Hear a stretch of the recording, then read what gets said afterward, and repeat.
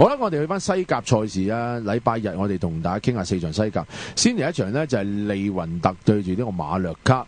利雲特呢隊真係神奇球隊嚟㗎，即係呢班波呢，我甚至用係咪曱甴嚟形容呢班波？即係佢點解叫曱甴呢？佢踢嘅波唔華麗唔秀麗。嘅球員全部啲平民化球員，即係冇球星，但係佢打嘅成績係相當好啦。分別雙線作戰，今年雙線作戰都搞得掂。歐霸杯出線，聯賽唔失禮喎，而家排第8位。上個禮拜呢，最犀利就係佢對次達俾對手強攻㗎啦，佢又頂住一路唔斷氣，佢就最終追成平手啊！所以其實呢班波真係好犀利。咁啊，當然啦，近期嘅狀況相當好啦，近5場2勝2和，只係0-4輸過俾巴塞隆拿。嗱，嗰場波我都解釋啦。下半場一開波，即係頂咗成個上半場啦。下半場一開波俾巴塞隆拿入咗2球，佢都散咗啦。同埋再者個心都擺喺呢個西班牙杯第2回合嘅心態上，所以大敗一場。但係之前亦都贏過希爾星堡啦，亦都和次達同埋咧啱啱嗰場落後2球情況下都能夠主場和咗漢諾威。咁啊，至於馬略卡方面啦，近況亦都冇乜起色噃。我真係擔心佢哋領隊啦，卡巴魯斯隨時俾人炒魷，因為近5場都未贏過。繼續未贏過，都係3和2負，叫做回穩就係唔使輸。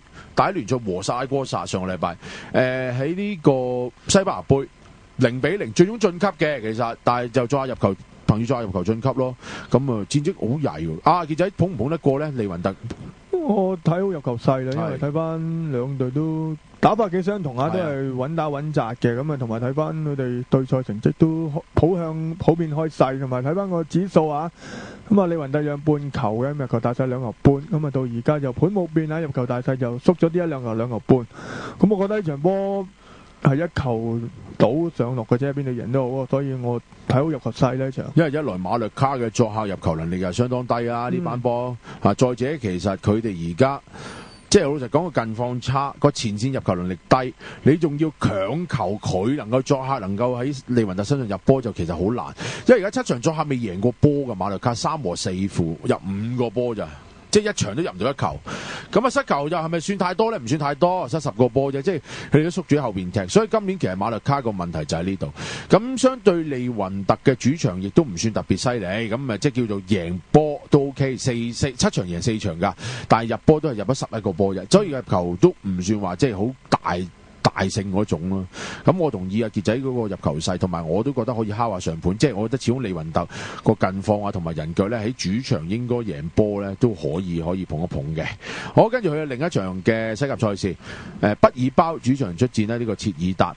就畢爾包就近期咧就黑仔啦，我用黑仔嚟形容啦。其實佢表現咧好翻噶啦，有啲即係改善啦，同埋羅蘭迪都可以出翻。咁但係你黑仔嘅情況就係主場和拉科嗰場就90成嘅攻勢都和，咁啊叫做咧例行公事啲歐霸杯就贏嗰場都冇乜意思嘅，出咗局噶啦。咁啊周中嗰場更加和啦，咁嗰2場波根本就消耗體能嘅啫，我覺得就又對住巴塞，佢黑嘅地方又對住巴塞，咁你輸就預咗噶啦，仲要大敗1-5。咁但係切爾達近期嚟講咧叫做回穩翻啲啊，近4場未輸過啦。最好嘅地方就係咩呢？我覺得呢班波近期士氣好呢，嗱，主場和咗馬略卡啦，另外作客能夠擊敗咗薩拉哥薩，呢3分相當重要。咁同埋呢，再者呢，佢個士氣點解好呢？近期喺對住艾美利嗰場波呢，佢哋第1回合先落後2球，第2回合呢，佢哋拼死去到補時階段入翻2-2，跟住加時贏埋3-2。咁所以呢，其實呢班波呢，其實佢近期士氣好啦，主場亦都和咗利雲特。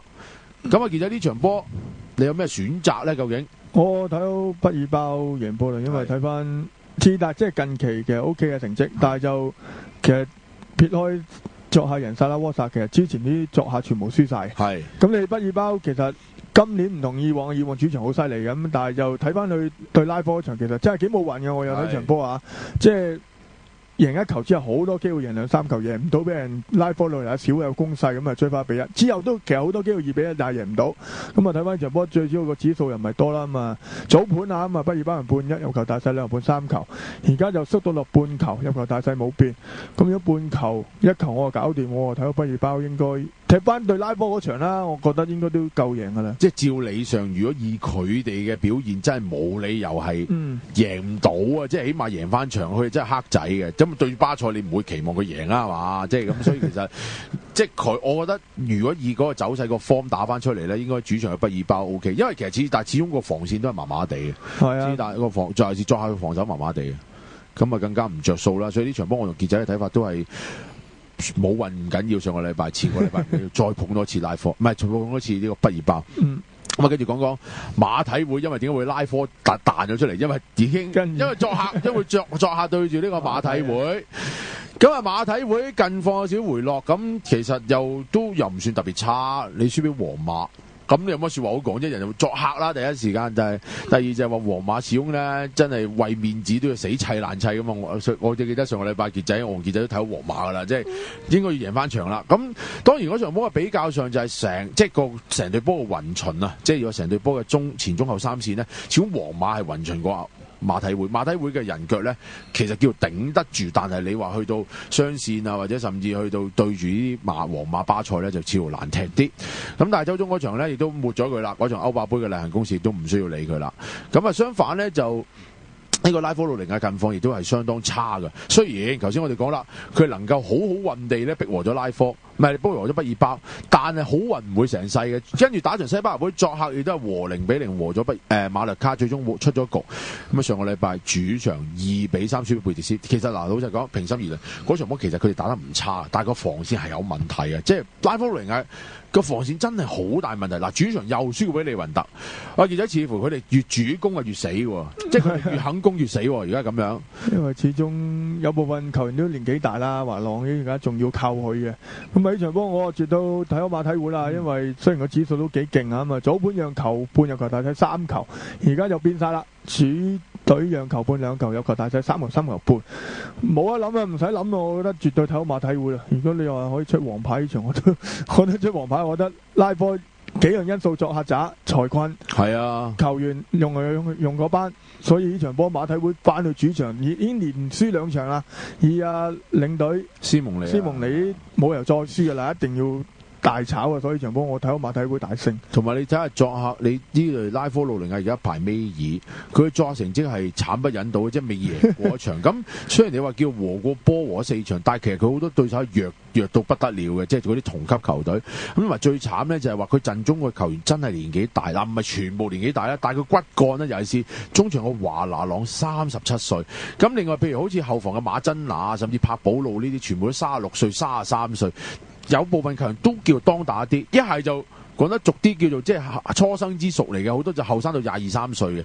咁變咗前線嘅列基啊，即係入球，而家暫時球隊首席射手都入咗6個波，都32歲嘅。咁你變咗咧，其實佢哋真係相對一個年紀比較大咧、偏高咧，同埋喺咁密嘅情況下打得咁密咧，其實都對球隊嘅負荷相當大。再加上傑姐話齋財困啊嘛，最緊要真係個士氣係。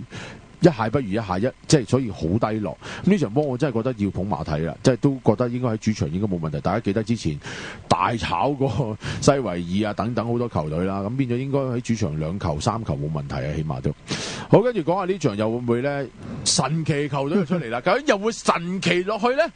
佢可以贏華倫西亞，佢可以贏皇馬，唔可以贏埋巴塞隆拿咧？貝迪斯近期嘅狀況對版㗎噃，嗱唔好以為佢。咩開莊閒咁，即係贏完皇馬，佢係主場即係西班牙杯贏華度列3-0又晉級啦。作客贏拉科都好對版，3-2贏波，嗰場波亦都打得相當好。